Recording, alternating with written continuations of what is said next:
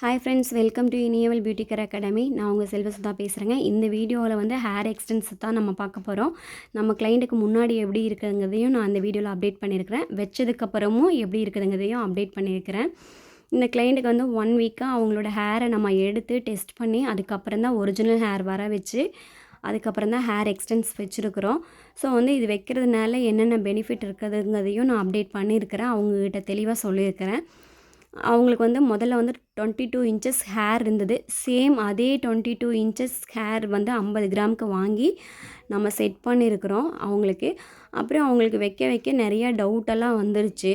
So வந்து அதில் வந்து அவங்களுக்கு தெளிவு பண்ணி நம்ம வந்து ஹேர் வந்து எக்ஸ்டென்ஸ் வச்சு கொடுத்துருக்குறோம்.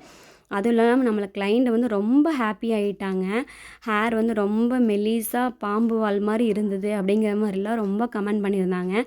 ஆனால் இப்போ ரொம்ப ஹாப்பியாக இருக்கிறேன். நான் ஒவ்வொரு ஃபங்க்ஷனுக்கும் வந்து நான் ஹேர் வந்து செட்டிங்ஸ் தான் வச்சு பின்னிட்டு போவேன் அப்படிங்கிற மாதிரிலாம் ரொம்ப கவலைப்பட்டு சொன்னாங்க.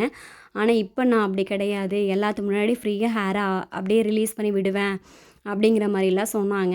ஸோ வந்து அதுவே ரொம்ப ஹாப்பியாக இருந்துச்சு. பின்னி போட முடியுமா? நான் ஷவரில் குளிக்க முடியுமா? அருவியில் குளிக்க முடியுமா? கொண்டை போடலாமா? அப்படியே தலகாணி வச்சு தலகாணி இல்லாமல் படுத்து தூங்கலாமா? இந்த மாதிரி எக்கச்சக்கமான கொஸ்டின்ஸ் கேட்டாங்க. அவங்களுக்கு பொறுமையாக நம்ம விளக்கம் கொடுத்தோம். அவங்களும் புரிஞ்சுக்கிட்டாங்க.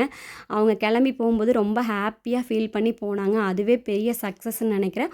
உங்களுக்கு யாராவது தேவைப்பட்டதுன்னா இனியவல் பியூட்டி கேர் அகாடமியை காண்டாக்ட் பண்ணுங்கள். கம்மியான பட்ஜெட்டில் ரொம்ப அழகாக உங்களுக்கு பண்ணி கொடுக்குறோம்.